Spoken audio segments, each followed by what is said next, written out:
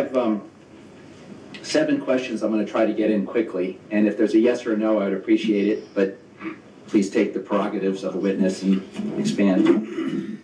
But I want to go back to the question about the incident that occurred at Pioneer Courthouse Square, because both Commissioner Leonard and Commissioner Saltzman have alluded to this. And I appreciate that, your position that you embrace the compromise that was worked out in 2005, but you still have some constitutional concerns about it. But let's take the incident that happened, the specific facts. Chief Reese was brought in at a particular time and was tasked with helping with some of the operational stuff that occurred with the FBI.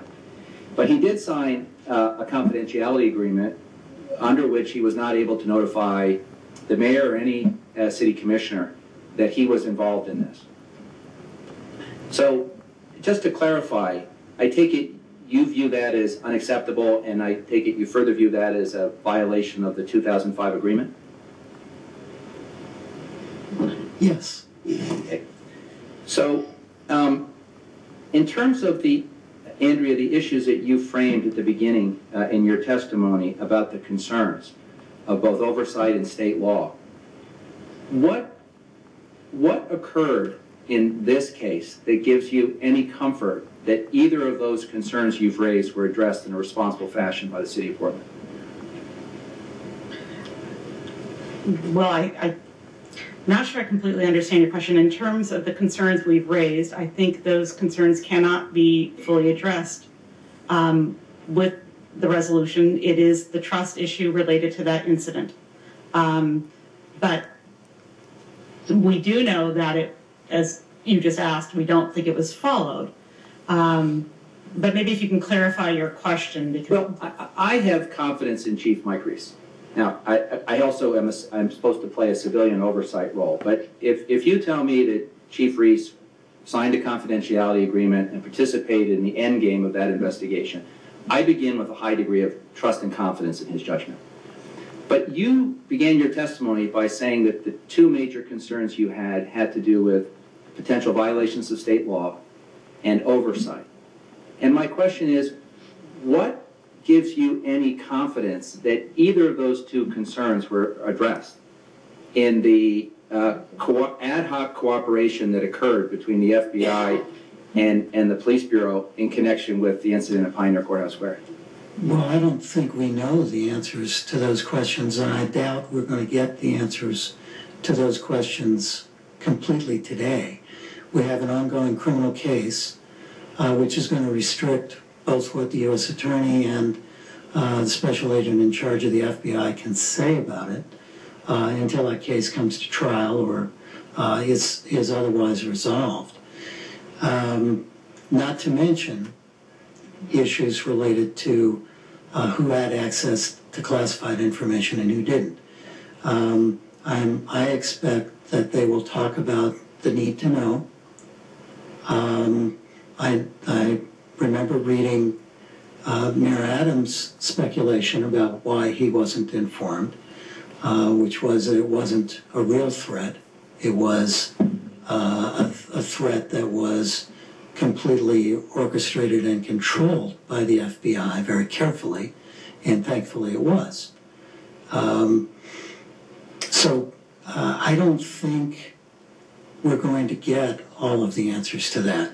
We certainly... Let me cut you off, because I appreciate that, and what I'm just trying to signal is, as I'm listening carefully to your position and trying to understand the difference between full participation in the JTTF and the ad hoc system we've created, I'm trying to make sure I understand how the constitutional legal concerns that you've addressed are handled differently under an ad hoc system versus full participation. And I realize there's some gray. Under the ad hoc system, Portland officers, to the extent they're creating investigatory records, those are going to be Portland records, not FBI records, subject to the oversight of the city attorney and the auditor for review, the auditor's office for review.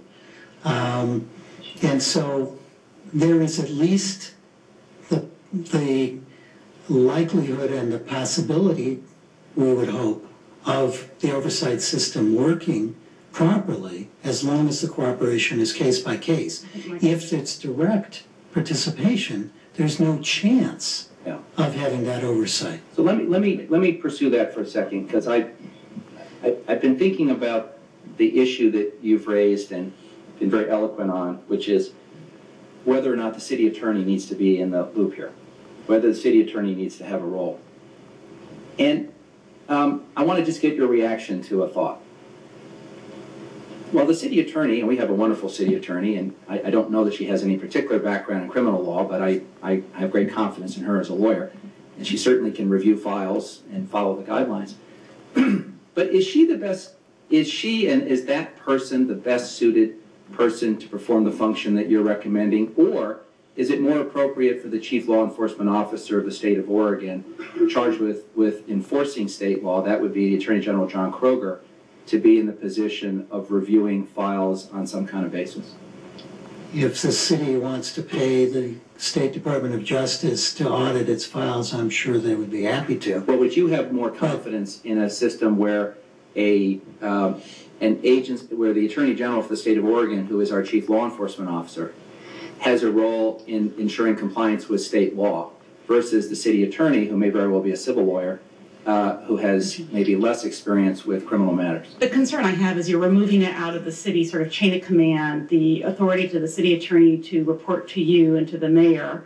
Not all city attorneys in that office. There is one who's worked on this particular issue, who has a criminal background, who I think is maybe the one even tasked with reviewing the files right now. So I think we have the tools here.